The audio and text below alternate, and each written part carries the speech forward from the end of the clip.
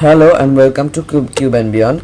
Today we will know about a trick of solving a Rubik's Cube under 5 seconds. By doing practice you can solve it under 3 seconds. Just do the following scramble. The scramble will be in the description below. D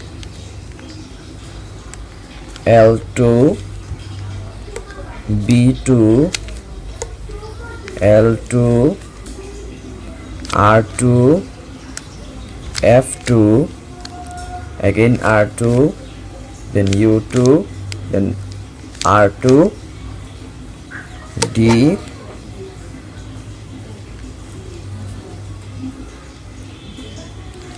U inverted R inverted B F L inverted D R2. Now the cube is looking fully scrambled. Now we will solve it at only 7 steps. The solve is R2 D inverted L inverted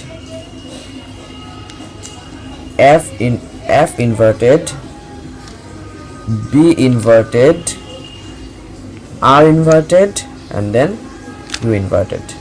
Now you have got a solved Rubik's cube. In this way you can solve a Rubik's cube under 5 seconds. You can also do it under 3 seconds by doing practice. Thanks for watching. Subscribe for more videos. Please give a like and a comment down below.